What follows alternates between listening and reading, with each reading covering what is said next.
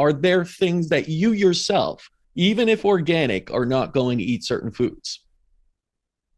Well, here's what I would say is there are foods that I will be very cautious of unless I know that they've done their testing. Mm. Because I'm involved in this glyphosate residue free certification, from the very get-go, I've been, I've gotten an inside look about what's going on. Pea protein, lentils, Mm. chickpeas, those are really some of the ones that, if unless I know that they're certified, I'm very leery about buying those products at the market.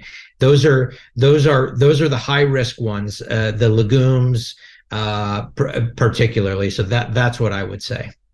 Yeah, you always got to be cautious in many ways, and that's why I'm actually very happy to hear there are these certifications, because otherwise, again, you have no clue. You could say organic, but still, like you said, glyphosate could end up on it, and that's never a good thing for people, especially when we're already in a sick and toxic environment. Yeah, and Casper, the big thing that's coming up now, and I wrote about it last year, is the PFAS chemicals, the forever chemicals, and I'm Mm-hmm. sure you know about. They're in the non-stick pans, they're in Everything. the couches, and they're ever that is showing up in organic. I mean, that's going to be everywhere, and that's not a problem. That's not just unique to organic; it's going to be conventional, and that showed up last year in farms in Maine. And then about a month ago, it showed up in organic eggs in Denmark. And so this is a real problem that's coming. And I don't think people have any idea what is ahead of us with this PFAS problem. There is no PFAS certification, PFAS free certification. I've been hearing grumblings about it. I've been hearing that it's kind of in the works, but I haven't seen anything yet. And that is going to be the next big certification. So that's something that brands are totally in the dark about. And that's something we're going to have to ask them about soon, about testing for these things. But it's not as simple as testing for glyphosate. It's much more complex. Oh, I'm sure. I mean, you look at how many chemicals are out there. Now you look at this thing in East Palestine and, what that's going to do. What are your thoughts on that? These kind of, toxic spills, explosions happening all over the country in many ways. And I'm sure it has always happened, but it seems at a larger scale. There's a huge belt of agriculture in that area in general in Ohio, if you go a little bit west from there. But what are your thoughts on all of these kind of chemical and toxic spills that are getting into the environment, into the soil, into the waterways?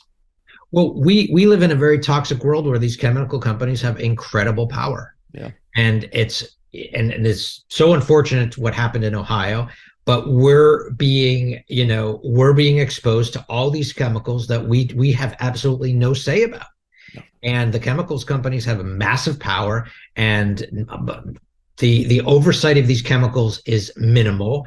And we've got to elect people. There's two things. We've got to elect politicians who want to do something about it, Right. and who want to fight back and want to make organic food a priority. And I know this is a bigger thing, but we've got to get, campaign finance has to be reformed. Mm-hmm. When corporations are funding all these politicians to get into office, these politicians have to pay them back. Yeah. So for us to really make a dent, these campaigns all have to be publicly funded for us to get a real handle on all these different chemicals in our environment, and have a real crackdown. Otherwise, the politicians, they get in there and they some of them may have good intentions, but it just doesn't happen. The majority of the politicians are just controlled by the corporations, and that's just how it is. Yeah, you learn about these connections with everything in the Norfolk South. That was responsible for the one in Ohio was, giving donations to DeWine and others in Ohio. And basically, yeah, I mean, they're going to get a free pass at this, and this will continue to happen. And as it continues to happen, we are the ones that get burdened with it. So I think it's really important if people say, well, we're helpless, to understand you do have some power. Is that something you talk about also in the LinkedIn group, the organic food industry that you basically run? It's become this huge, what is it, 40,000 members now for around the world?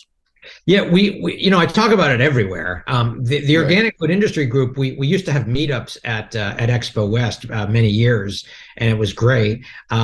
But yes, I mean, I consider myself an activist journalist, and activism is, the reason I continue doing this, because people need to know what's going on. They need to be involved, and if they're listening to this today, hopefully they'll leave and get more involved. Saying that I'm going to the farmers market, I'm buying organic, I'm doing that's just not enough. People need to be involved. They Yeah. need to No. call their politicians. They need to join, get on the mailing list of the important organic nonprofits, and really get involved. Yeah, it's really so important. We can't sit on the sidelines anymore. You No, can't just sit there, and a few actions won't really turn things around. I think we've seen it, how quickly things can accelerate, especially in modern times, to a point where, it's beyond where it's controllable, in a sense, where I think we're reaching that tipping point. So it's incredibly important to be active, such as yourself, and get involved with these groups like yours.